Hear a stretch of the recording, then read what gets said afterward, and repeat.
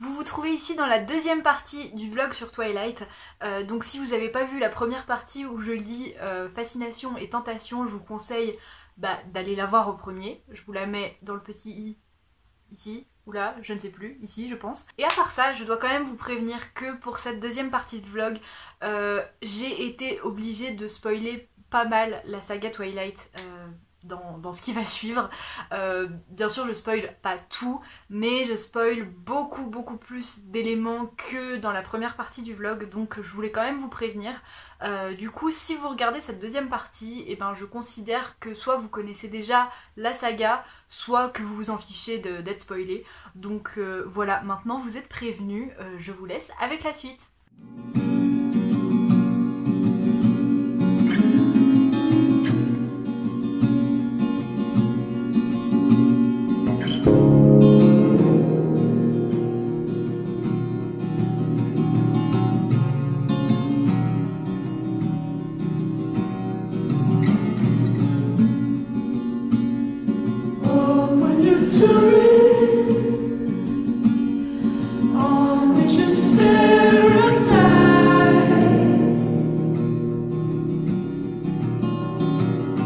J'ai lu les 2 premiers chapitres et j'en suis à la page 77.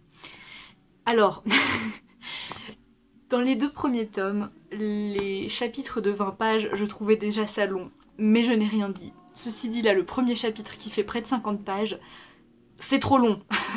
Stéphanie Meyer, c'est trop long. J'espère que les autres chapitres seront un peu plus courts parce que je préfère les petits chapitres, moi. Sinon, pour l'instant, j'accroche toujours bien. Pareil que le 2. Ceci dit, dès le début, avant qu'il y ait vraiment des enjeux, j'aurais bien aimé voir se développer plus la relation entre Bella et Edward. Genre des petits moments mignons comme on avait dans le 1, parce que dans le 2 on n'en avait pas, parce que juste au tout début, parce que pendant quasiment tout le livre ils sont pas ensemble, donc c'est normal. Mais là j'attendais quand même d'avoir des petits trucs entre eux où ils sont vraiment totalement sur la même longueur d'onde, parce que ça débute et ils sont déjà pas mal dans le conflit, ce qui est assez dommage parce que du coup je commence à vraiment me détacher d'Edward, qui commence à vraiment m'énerver. Il se permet d'interdire des choses à Bella et ça m'énerve vraiment beaucoup. Je comprends qu'il aime pas les loups-garous et je comprends qu'il ait peur pour Bella, mais elle a passé genre 7 mois en compagnie de loups-garous et elle a rien eu. Donc fais un petit peu confiance à Bella s'il te plaît, voilà, parce que ça m'énerve un peu, ils se comportent comme les loups-garous et j'aime pas ça. Je suis un peu frustrée que Bella ne dise pas grand chose à propos de ça, genre qu'elle l'affronte pas par rapport à ça, parce que du coup elle emmagasine et elle est frustrée quoi. Et c'est aussi ce qui fait que, par exemple, à un moment, je sais plus exactement le contexte, mais elle dit un truc du style lui qui est toujours si altruiste et qui me cède tous mes caprices et tout ça. Mais j'étais là, attends, tu le connais ou pas? Parce que vraiment, je ne l'ai jamais vu faire ça, Edward, je ne l'ai jamais vu céder aux caprices de Bella justement, ou même à ses demandes de manière générale. Il a cédé, il a accepté de la transformer plus tard, mais il continue à marchander et tout ça. Et c'est lui qui lui impose tout le temps des trucs et tout ça, et j'étais là, mais meuf, tu vas chercher ça où? Et du coup, peut-être qu'il est comme ça, mais j'aurais bien aimé qu'on me le montre avant, parce que du coup, je me détache de plus en plus de lui, et j'arrive plus à l'approuver dans ce qu'il fait Edward, parce que je trouve qu'il se comporte pas assez bien et que voilà, il veut imposer ses trucs et il traite un peu Bella comme une gamine quoi, et ça m'énerve, voilà. J'espère que ça va s'arranger, à mon avis non, mais de toute façon j'ai hâte de lire la suite, donc on verra bien.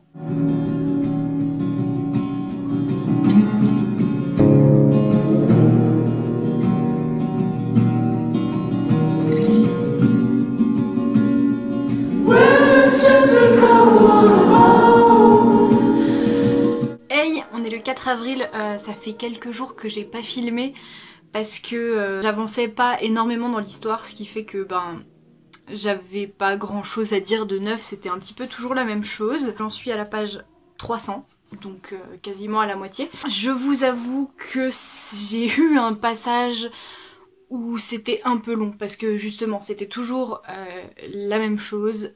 Edward se comportait comme un con sans écouter Bella à propos des loups-garous.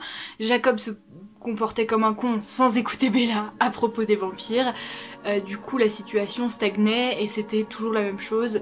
Et c'est seulement au bout de 200 pages que Edward a enfin eu un éclair d'intelligence et a décidé de faire un petit peu plus confiance à Bella et de la croire quand elle lui disait qu'elle était en sécurité avec les loups et tout ça.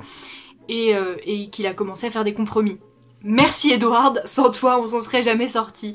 Mais bon voilà, c'est seulement au bout de 200 pages qu'il a commencé à réfléchir, donc voilà, ça m'a paru très long, j'avais un peu du mal à avancer. Après, il y a un moment que j'attendais beaucoup, c'est le moment du feu de camp où Bella apprend les légendes des Kilotes à propos de comment ils ont commencé à devenir des loups et comment ils ont rencontré les sang-froids, enfin les vampires quoi. Je voulais en savoir un petit peu plus parce que dans le film c'est quand même un passage assez rapide. Et même si on a les éléments principaux, je voulais un peu plus de détails. Et au final, pendant toute la première partie des légendes, j'ai lu, mais mon cerveau imprimait pas ce que je lisais. J'ai un peu lu en diagonale, même si bon, j'ai capté quand même. Et après, j'ai un peu plus suivi, disons, la deuxième partie. Mais voilà, c'était assez intéressant, mais c'était moins intéressant que ce que je pensais du coup ce moment-là. Et surtout, ça m'a fait penser à un truc. Jacob se comporte beaucoup comme si c'était à cause des vampires qu'il était loup-garou, ce qui est plus ou moins le cas parce que quand des vampires font apparition pas loin, ça pousse ceux qui ont le gène du loup à se transformer. Ceci dit, si j'ai bien compris l'histoire des Kilotes, le truc du loup est apparu bien avant l'apparition des premiers vampires chez eux. Ils auraient eu le gène de toute façon des loups-garous, même si les vampires n'avaient pas existé en fait. Et ils auraient certainement eu un autre danger, une autre raison de se transformer pour ceux qui ont le gène. Ce qui fait que du coup, j'en veux un peu à Jacob de mettre tous ces problèmes sur le dos des vampires. Parce que c'est pas de leur faute en fait, si eux sont des loups-garous, c'est pas de la faute des vampires, c'est de la faute de personne en fait, c'est comme ça, enfin c'est de la faute d'un de leurs ancêtres. Et c'est tout. Je trouve que Jacob il met un petit peu trop tout sur le dos des vampires et surtout des Cullen, alors que les Cullen ils font rien de mal, bref. Sinon je suis super contente d'avoir eu l'histoire de Rosalie et l'histoire de Jasper. Deux histoires qui sont aussi dans les films pareil, mais c'est quand même pas pareil de les lire, il y a beaucoup plus de détails et surtout c'est la personne concernée qui le raconte. C'est intéressant de voir ses sentiments à propos de ça, sa manière de raconter, les détails qu'il ou elle apporte, enfin bref, j'étais trop contente d'avoir les histoires de ces deux-là qu'on n'avait pas eu avant. Et voilà, et sinon Bella et Edward ont enfin eu une vraie discussion où Bella explique à Edward pourquoi elle veut pas se marier. D'ailleurs la raison me déçoit un peu parce que c'est vrai que dans les films, en tout cas de ce que je me rappelle, c'est jamais vraiment très clair pourquoi elle veut pas se marier. Elle dit qu'en gros elle aime pas le mariage et tout ça, et en vrai si c'était ça la raison, ça me poserait aucun problème. Mais dans le bouquin, d'après ce que j'ai compris, au début elle dit oui tu sais les enfants divorcés on croit pas trop au mariage blablabla, mais en fait c'est que des excuses et quand elle donne la vraie raison j'ai vraiment été déçue parce que vraiment la raison pour laquelle elle veut pas se marier c'est pas qu'elle veut pas se marier, c'est que elle a peur des ragots, elle veut pas qu'on dise d'elle que c'est une fille de la campagne qui se marie juste après le lycée, elle a peur qu'on pense qu'elle est enceinte, enfin des trucs comme ça, elle a peur de ce que les gens vont penser. Alors que de toute façon, elle va partir et elle ne va plus les connaître ces gens, donc je comprends pas.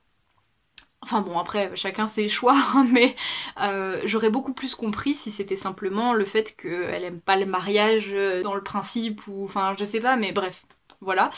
Donc lui il explique pourquoi il veut se marier et elle explique pourquoi elle veut pas se marier. Et surtout, lui il explique aussi enfin les vraies raisons de pourquoi il veut pas la transformer, etc. Enfin bref, ils ont une vraie discussion et ça fait du bien d'avoir un petit peu de communication parce que vraiment ça manque beaucoup dans ce bouquin. Mais pareil, c'est venu au bout de presque 300 pages. Donc voilà, ça a été un peu long. Ceci dit, je vais continuer parce que c'est vrai que le début avait pas mal de longueur, même si encore une fois il n'y a pas vraiment d'éléments qui étaient en trop ou quoi, c'est juste que les choses sont très très longues à se passer dans Twilight. J'en suis à la moitié et disons que l'histoire est en train de vraiment commencer. Quand on sait exactement ce qui se passe après, c'est vrai que c'est un petit peu long à se mettre en place tout ça, mais là ça commence vraiment, donc je pense que ça devrait aller un petit peu plus vite.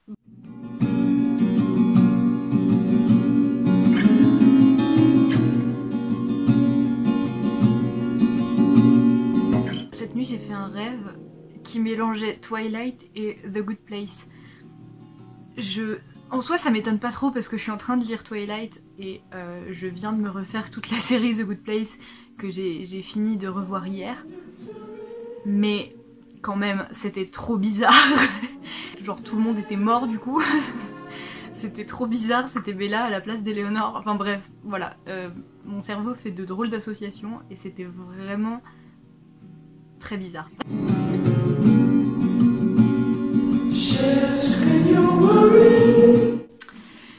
Cette fois-ci c'est clair, j'ai atteint un point de non-retour dans ma détestation de Jacob. Je l'aimais pas trop, hein, ça allait de pire en pire, j'en avais marre de son comportement, il blessait Bella, ensuite il s'excusait sans vraiment y croire, Bella lui pardonnait et il recommençait et c'était sans fin.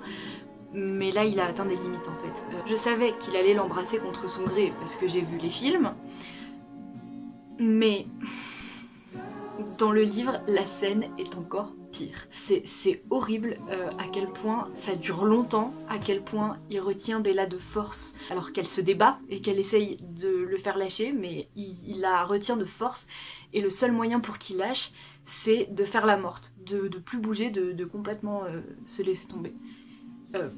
Voilà, déjà c'était horrible, mais en plus il regrette pas une seconde d'avoir fait ça, alors qu'en plus il venait de faire une déclaration à Bella et qu'elle lui a clairement expliqué qu'elle ne ressentait pas la même chose que lui et que ça serait pas le cas, qu'elle aimait Edward et que point barre. Elle lui a dit au moins 3 fois de suite. Il a continué d'insister, il a fait ça, elle a essayé de s'en aller et il a gardé son petit air satisfait de merde. Il a pas regretté une seconde. Encore une fois il a fini par s'excuser mais sans en penser le moindre mot. Voilà, il y a des limites en fait qu'on peut pas tolérer.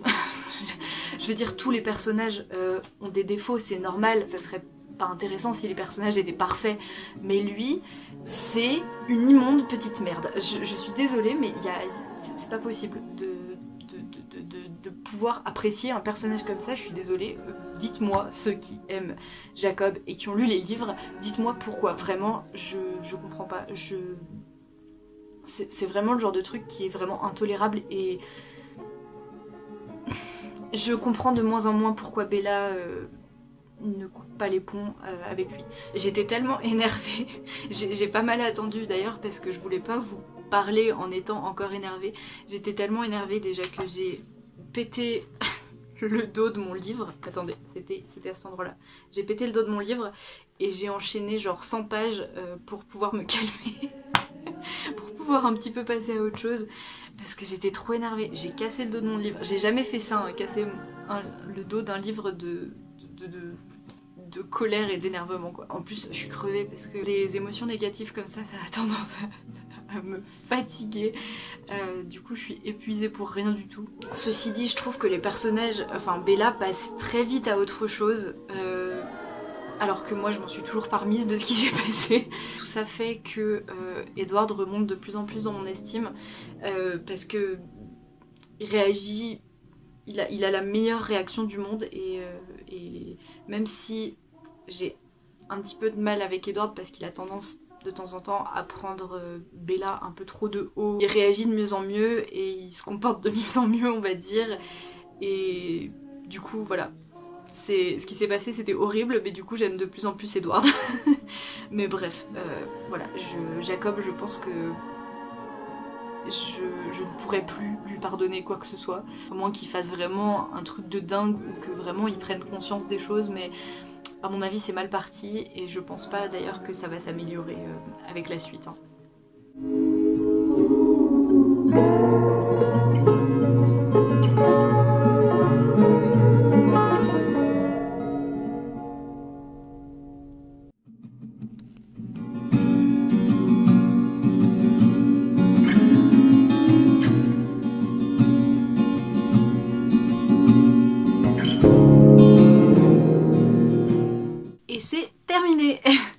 Je vous avoue que ma lecture a été longue, pas spécialement en termes de jours, parce que, enfin si, j'ai quand même mis une petite semaine à le lire celui-là, mais voilà, je vais me répéter, hein, de toute façon c'est ce que je vous ai déjà dit, c'est que les choses mettent énormément de temps à se passer, et je pense que les 300 premières pages auraient pu se réduire de moitié, facile. Après, à partir de 300 pages, j'ai lu du coup beaucoup plus vite parce que les choses s'accéléraient vraiment et du coup c'était carrément plus accrocheur, je m'ennuyais moins. Donc c'est plutôt un bon point parce que si ça avait été aussi long pendant tout le livre, je pense que ça aurait été trop pour moi. À part ça, c'était quand même sympa ce tome-là, voilà, pour les détails que ça m'a apporté, pour les histoires que je connaissais pas forcément dans le détail du coup. Je vais redire la même chose que pour les 2 premiers tomes, hein. Le seul truc, comme vous l'aurez vu, c'est que Jacob m'énerve de plus en plus. Ce mec est ultra toxique, violent et mauvais en fait. Je suis d'accord que c'est difficile d'avoir des sentiments pour quelqu'un qui ne t'aime pas en retour. Simplement, si tu n'es pas capable d'accepter ce que la personne ressent en face de toi, demande-toi si c'est vraiment de l'amour. Parce que ce qu'il ressent pour Bella, c'est de l'obsession et c'est plus l'histoire avance, plus c'est malsain. Il lui fait un chantage énorme pour la culpabiliser en lui disant clairement qu'il va pas se suicider mais se laisser tuer volontairement si elle ne lui prouve pas qu'elle l'aime, et donc il lui fait du chantage pour qu'elle l'embrasse encore. C'est du harcèlement, vraiment c'est terrible. Ce qu'il fait, ça va pas du tout. Et c'est là qu'on arrive au fait que ce livre est quand même assez problématique, c'est que à la fin Bella se rend compte qu'elle a des sentiments pour Edward, pour Jacob.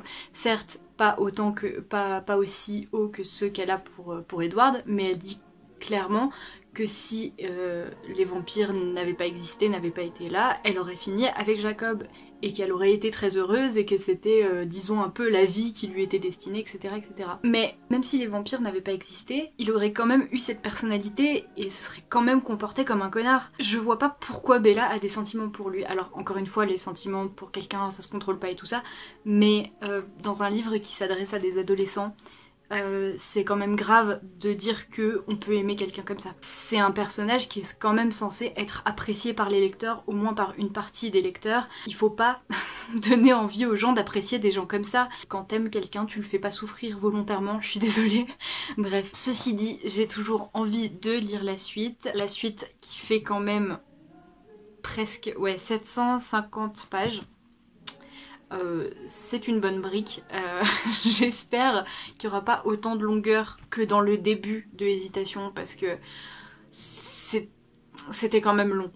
Voilà, et comme celui-là est encore plus long, j'ai peur vraiment de m'ennuyer pendant une grosse partie du tome, mais bon, on verra bien, de toute façon je vais le lire. Avant ça je vais me refaire le 3e film, pas ce soir, il faut que je fasse une pause là parce que j'ai été dedans une bonne partie de la journée et je commence à bloquer.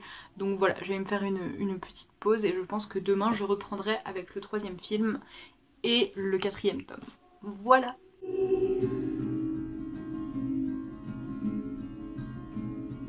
Won't let you talk me.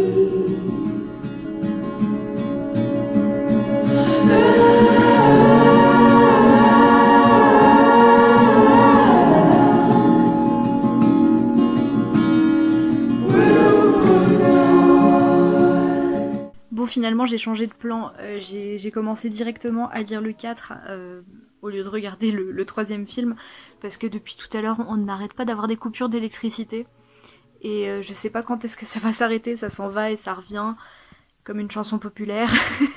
Du coup ça m'embête de lancer un film si c'est pour être coupé, enfin bref. Du coup je regarderai le film plus tard dans la journée, mais pour l'instant j'ai commencé. Alors j'ai juste lu une 50aine de pages, hein, donc pour l'instant c'est surtout des rappels à la saga en fait, à ce qui s'est passé dans les derniers tomes. Quand on enchaîne les tomes, j'avoue que c'est un petit peu lourd ce genre de truc, mais bref, peu importe. Seulement, il y a un truc, c'est que on a une explication à peu près claire sur le clan de Tanya, tout ça, et les enfants immortels, et on sait déjà tout de suite ce que c'est. Et je suis assez contente parce que je sais pas si c'est... Parce que dans les films, il n'y a pas, ou alors c'est moi qui suis juste totalement inattentive, ce qui est possible aussi, mais j'avais jamais vraiment capté ce que c'était à la base les enfants immortels et tout ça, donc bref, voilà, je suis contente d'avoir eu cette explication, et j'en attends aussi pas mal de ce livre pour ce genre d'explication, parce qu'il y a pas mal de choses que j'ai pas bien capté dans les films, donc voilà.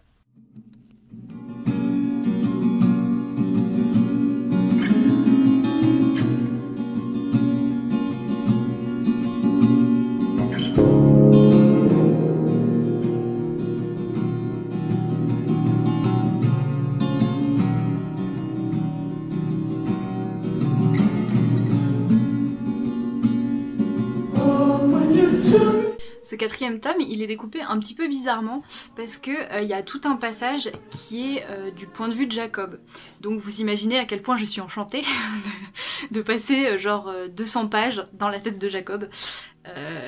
Voilà, j'ai peur de pas tenir les 200 pages. Là j'ai lu 2 chapitres depuis le début du point de vue de Jacob. Déjà, c'est un peu mieux fait que l'épilogue du 3e tome où c'était du point de vue de Jacob, mais qu'on avait vraiment pas l'impression d'être dans la tête de Jacob. La manière de s'exprimer de Jacob, dans sa tête en tout cas, est toujours un peu bizarre et un peu en décalage par rapport à son personnage, mais c'est déjà mieux fait, donc ça passe mieux.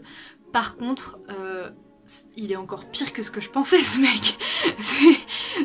C'est quand même terrible. Je comprends pas comment on peut être à ce point sûr de soi quand on est à ce point à côté de la plaque. En fait, dans sa tête, il s'est fait son petit monde où tous les vampires sont des tueurs sanguinaires, c'est le cas de le dire, et où la famille Cullen préférerait tuer des innocents pour faire croire qu'ils sont morts, ou tuer Bella et la cacher, ou enfin voilà, tuer des gens sans scrupules, alors que vraiment les autres loups-garous ont compris que les Cullen n'agiraient jamais comme ça, et Jacob il est dans son petit monde et il pense que les choses fonctionnent uniquement comme il les a prévues dans sa tête, comme il a décidé que ça fonctionnait. Et même quand il est devant l'évidence, il se rend pas compte à quel point il est à côté de la plaque. Et c'est ultra frustrant, surtout quand on est de son point de vue, parce que t'as envie de le prendre et de le secouer, et de lui dire mais réveille-toi mec. Enfin bon, bref. Le seul moteur qui arrive à le faire bouger, à le faire réfléchir, et c'est la colère. Il s'exprime que par la colère et que par la violence. Il tente jamais de prendre aucun recul. Il vit dans son monde en fait où il est tout seul. Et c'est super bizarre. Enfin bon bref, je vais essayer de survivre à tout ce moment où on est du point de vue de Jacob. J'imagine que vu ce qui va se passer après, ça va sûrement s'améliorer, il risque d'avoir un déclic ou quelque chose comme ça. Mais pour l'instant, c'est compliqué. Laissez tomber ce que je viens de dire sur les autres membres de la meute qui prennent plus de recul que Jacob, etc. Il a suffi d'un chapitre et juste de savoir que Bella était enceinte sans en savoir plus pour qui décide de péter les plombs et de décider de tuer Bella. Donc voilà, c'est toujours n'importe quoi.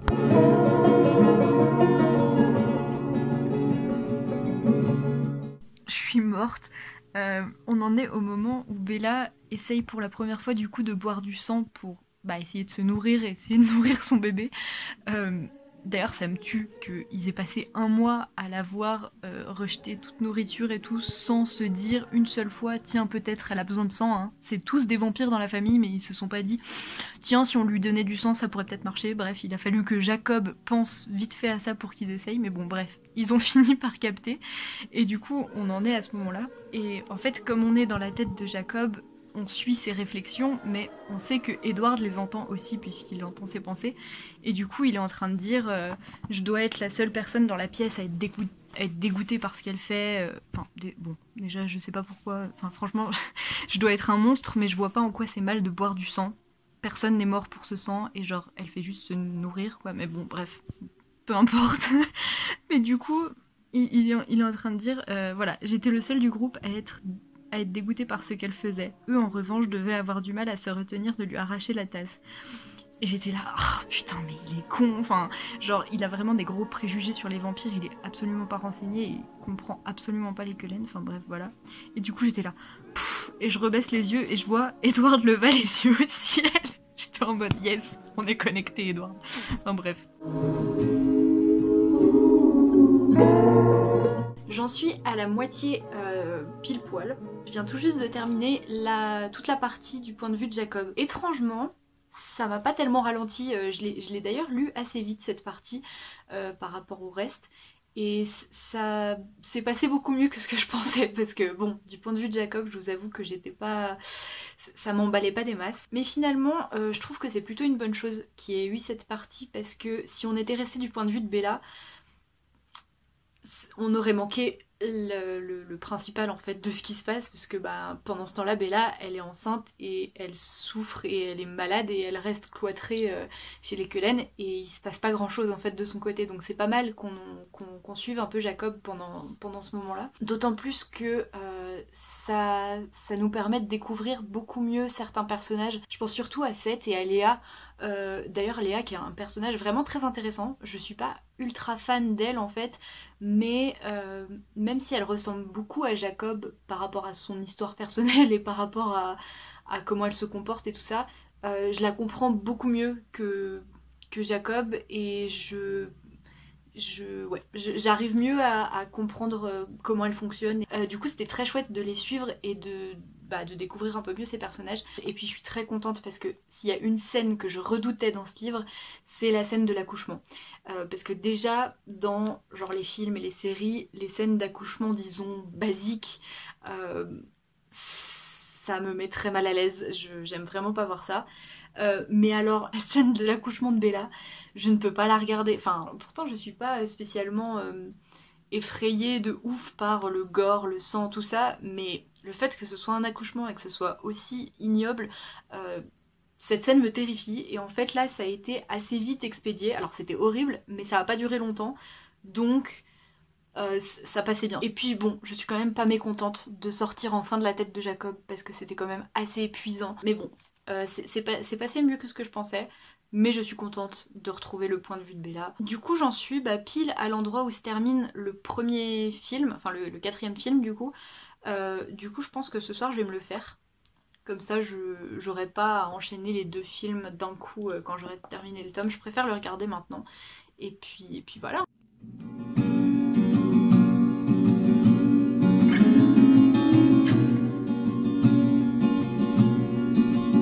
Je viens de me refaire le film du coup et c'est assez bizarre les choix qu'ils ont fait pour le film parce qu'ils ont enlevé des choses du roman. Le film se termine sur le moment où Bella ouvre les yeux et c'est exactement là où j'ai arrêté le livre. Et en fait c'est incroyable, dans le film il n'y a pas un seul moment où on le voit que sa transformation l'a fait souffrir.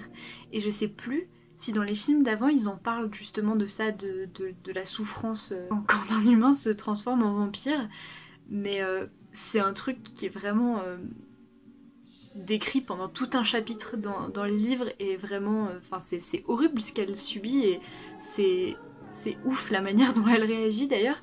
Et dans le film, c'est pas du tout abordé, on dirait juste qu'elle dort, donc c'est assez drôle de voir qu'ils ont complètement enlevé ça. Et du coup, j'ai hâte de continuer le livre parce que dans la deuxième partie, on va en apprendre, je pense, plus sur Renesmee et tout ça. Et c'est vrai que dans le film, Renesmee est là, elle existe, mais c'est tout ce qu'on sait. C'est plus un concept qu'un personnage. Genre...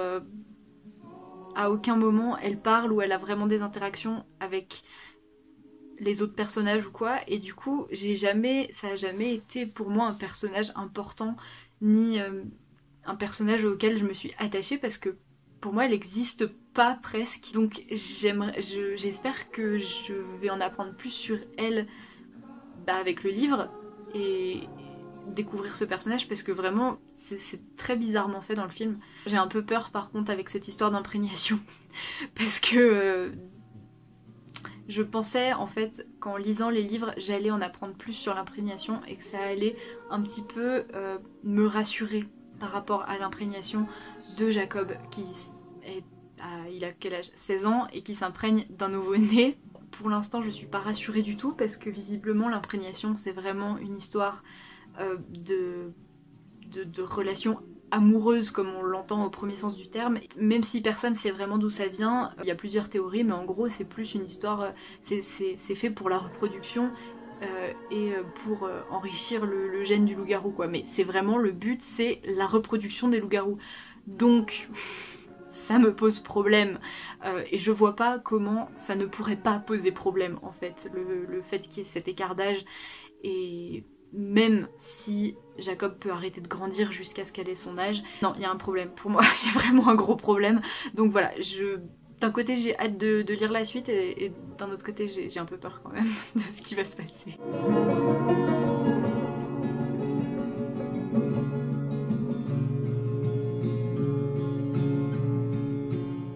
J'en suis à la page 565. Tada. En vrai, depuis le moment où on est repassé du point de vue de Bella et où elle s'est réveillée et tout ça, j'ai été à fond, mais beaucoup plus que la première partie et beaucoup plus que les tomes précédents d'ailleurs. Je l'ai pratiquement pas lâché. J'ai trop aimé toute cette partie pour l'instant. Surtout, j'ai adoré voir Bella se découvrir dans son nouveau corps et dans son nouvel esprit de vampire en fait, et découvrir ses capacités et qu'est-ce qui a changé en elle et qu'est-ce qui a pas changé, voir si ses peurs se sont révélées fondées ou pas. Il y a des choses qui l'ont étonnée tellement elle est restée elle-même et en même temps tellement elle est pas du tout restée elle-même.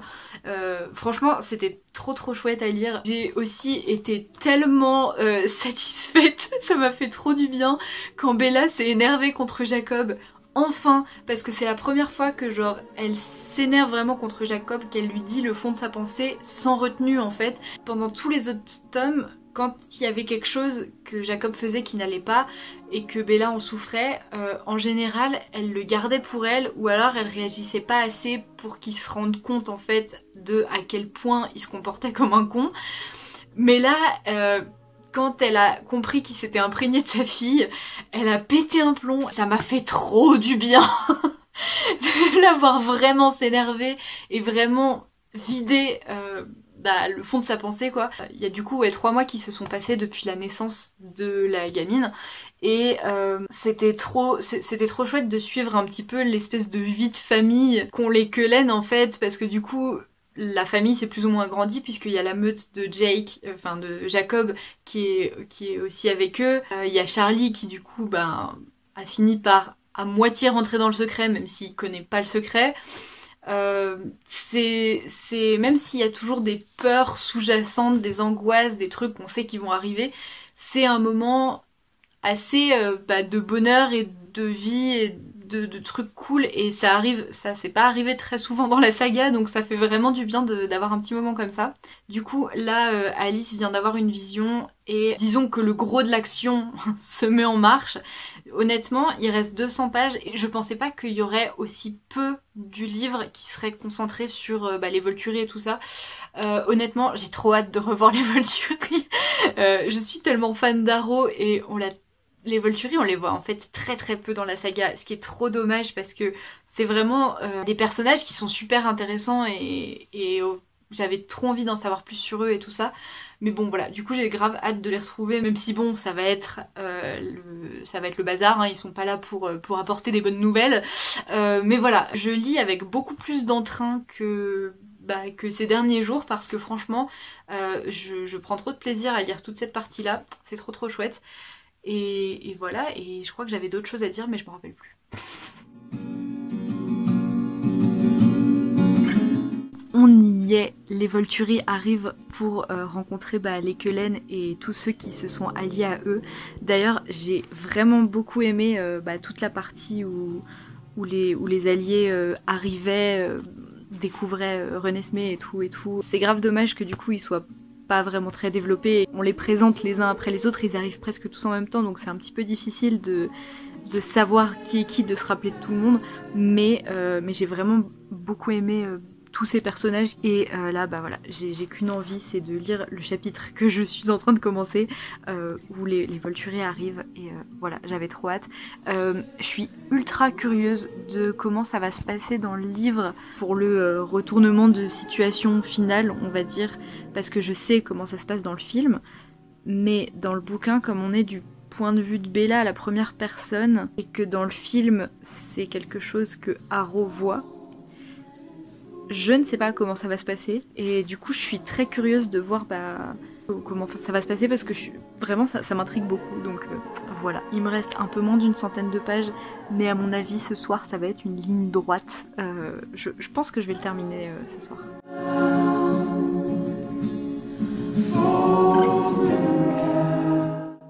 Encore une fois c'est trop marrant parce que Harrow il est tout mielleux et tout le monde est en colère, se méfie de lui, se dit ah il ment machin, et moi je peux pas m'empêcher de penser à Michael Sheen et je suis là oh mais quel petit cœur. Mais bref, j'aime trop Harrow, je sais pas pourquoi, c'est certainement à cause de Michael Sheen.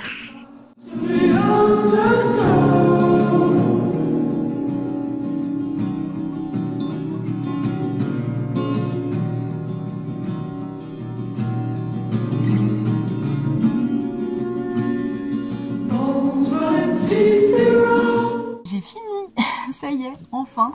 Et la fin était trop cool et je suis morte. Ça se passe pas du tout comme dans le film, enfin pas du tout, mais disons que le gros événement de la fin ne se passe pas comme dans le film. Et d'ailleurs je préfère vraiment comment ça se passe dans le livre par plein d'aspects. Je trouve ça beaucoup mieux comme ça. Et franchement ouais, j'ai trop aimé cette fin. En plus, encore une fois, tout ça c'est grâce à Alice, parce que Alice c'est la best, hein.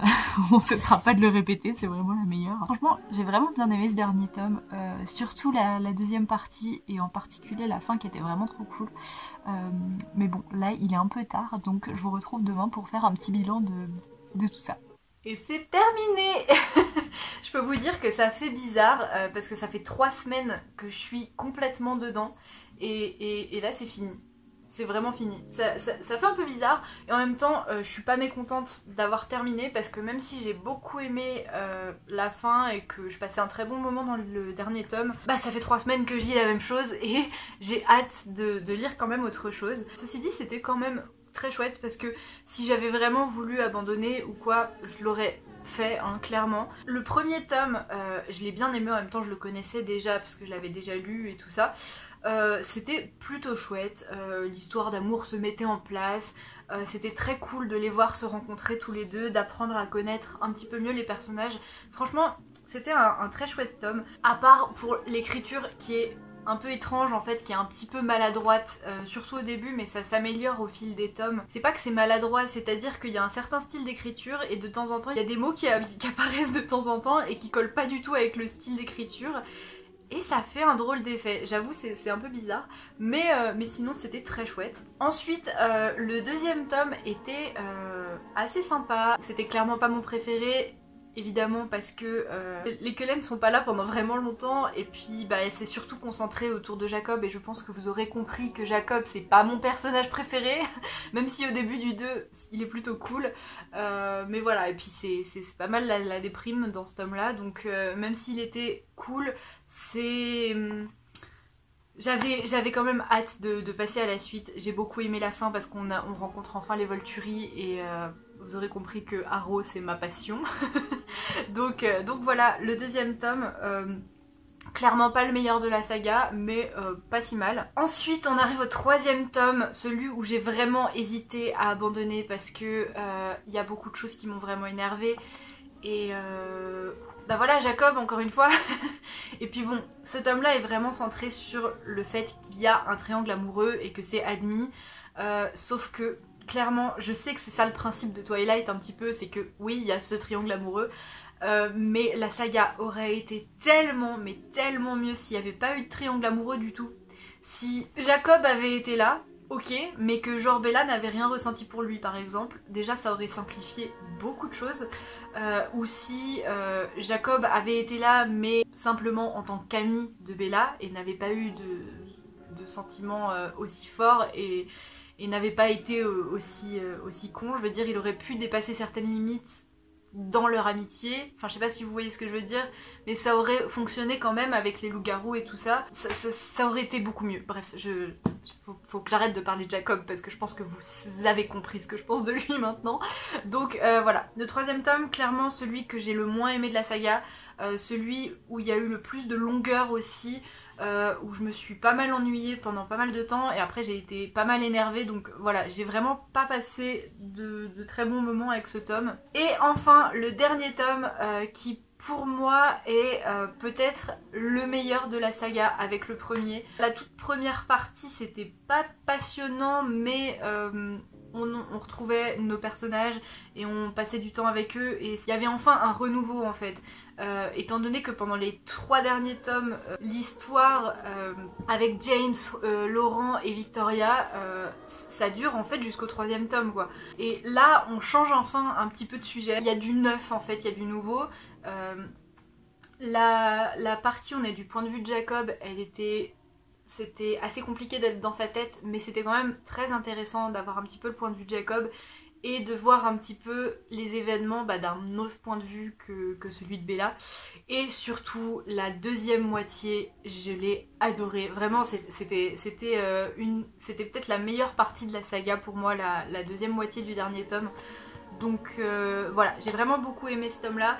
Et puis les soucis d'écriture qu'il y a dans les premiers tomes, on les voit presque plus ici. Et du coup c'est d'autant plus agréable. Donc voilà, j'ai bien aimé lire Twilight. Je vais essayer de vous faire un bilan assez concis et je vais essayer de pas trop me répéter parce que ce vlog est assez long comme ça. Je pense qu'on peut en convenir ensemble, hein. C'est suffisamment long. Du coup dans l'ensemble j'ai plutôt bien aimé. Je suis ravie en fait d'avoir pu apprendre à mieux connaître les personnages que je connaissais déjà à travers les films. Connaître surtout leurs histoires individuelles qu'on n'avait pas dans les films ou qu'on avait très peu. Je suis vraiment très contente de pouvoir enfin mieux comprendre Bella, de comprendre ce qu'elle ressent, ce qu'elle pense, comment elle fonctionne. Je me suis beaucoup plus attachée à Bella qui était vraiment pas un personnage auquel je m'attachais dans les films. Ce qui est un peu dommage vu que c'est le personnage principal. Je suis ravie d'en avoir su plus sur les Cullen.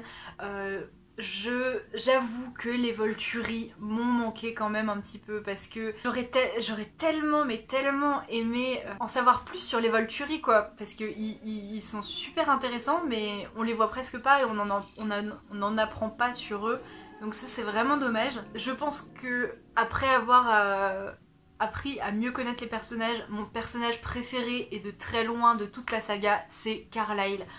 C'est le meilleur, je l'adore franchement. J'aurais tellement aimé qu'on le développe un petit peu plus parce que vraiment plus j'avançais dans ma lecture et plus je le kiffais, je l'adore. D'ailleurs mon cerveau a automatiquement shippé Carlyle avec Arrow, alors dites-moi que je suis pas la seule s'il vous plaît. Parce que j'ai même pas fait exprès, vraiment ils ont parlé que 2 fois ensemble à la toute fin de la saga et ça s'est imposé à moi comme une évidence. Alors dites-moi que je suis pas seule, sinon vraiment j'ai un problème, je ne sais pas.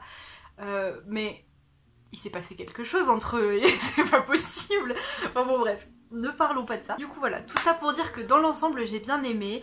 Ceci dit, est-ce que je conseillerais la saga à quelqu'un qui n'a pas vu les films par exemple ?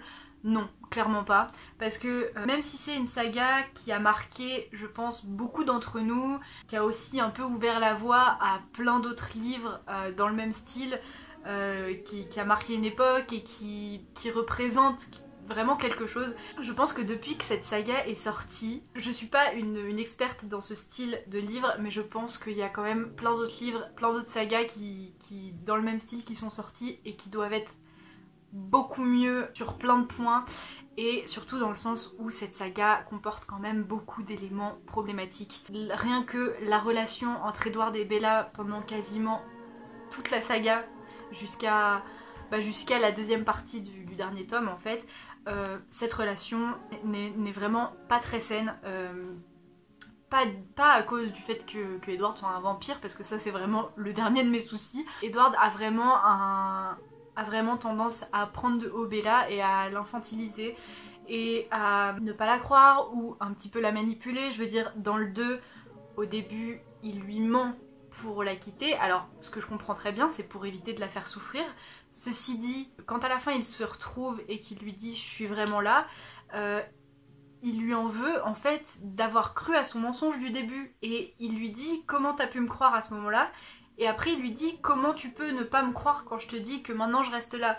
alors qu'il lui a menti à la base. Quand on demande la confiance de quelqu'un et qu'on la trahit une fois, on peut quand même laisser du temps à la personne pour s'en remettre, d'autant que Bella, ça se voit et je pense que tout le monde s'en rend compte, tous les personnages peuvent s'en rendre compte facilement. Bella n'a vraiment pas confiance en elle. C'est un des éléments qui va faire que cette relation est assez bancale parce qu'elle se dénigre de ouf et elle met Edward sur un piédestal. Voilà, il y a un problème d'équilibre en fait dans cette relation. Ça se règle à la fin quand en fait elle devient un vampire. Déjà ça commence à se régler un petit peu avant cette histoire, mais le gros déclic en fait c'est quand elle finit par se transformer en vampire et que là rien que dans leurs échanges, on sent qu'ils sont beaucoup plus sur un pied d'égalité en fait. Ceci dit, il y a d'autres choses qui vont pas dans leur relation. Ils ont une relation amoureuse très adolescente en fait, et c'est pas un problème en soi parce que c'est normal, en plus c'est des adolescents. Même Edward qui a plus de 100 ans, il est bloqué dans ses 17 ans.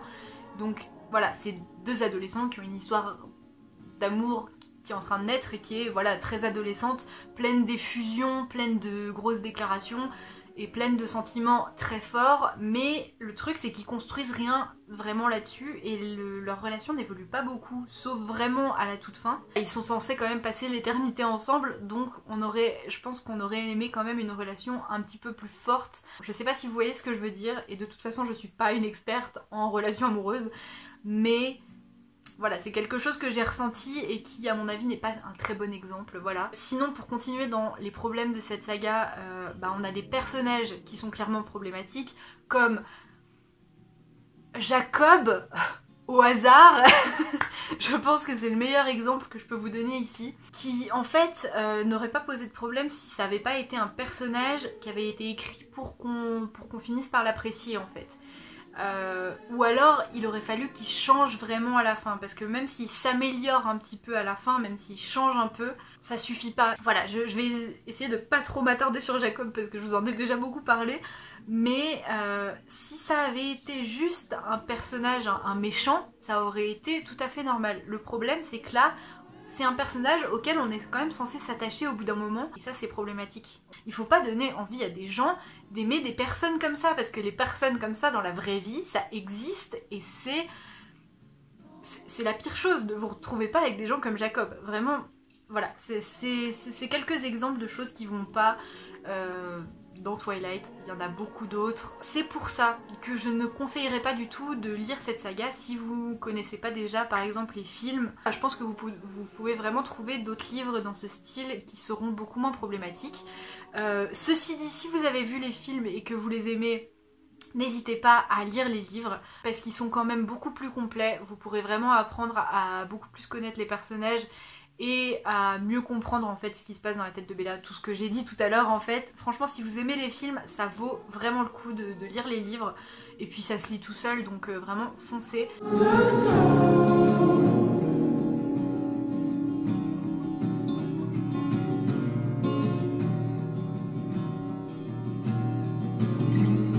Bref, il faut que j'arrête de parler parce que ça fait beaucoup trop longtemps que je fais cette conclusion. Je pense que dans l'ensemble vous aurez compris l'idée. Je suis encore une fois très contente de les avoir lus. N'hésitez pas à me dire ce que vous pensez de la saga Twilight. Si c'est une saga qui a plus ou moins marqué votre vie, comme je pense nombre d'entre nous, ou si vous êtes complètement passé à côté. Est-ce que vous aimez ou est-ce que vous détestez? N'hésitez pas à me donner vos avis dans les commentaires, je serais ravie d'en discuter avec vous. Et en attendant une prochaine vidéo, je vous souhaite de très belles lectures. Bye!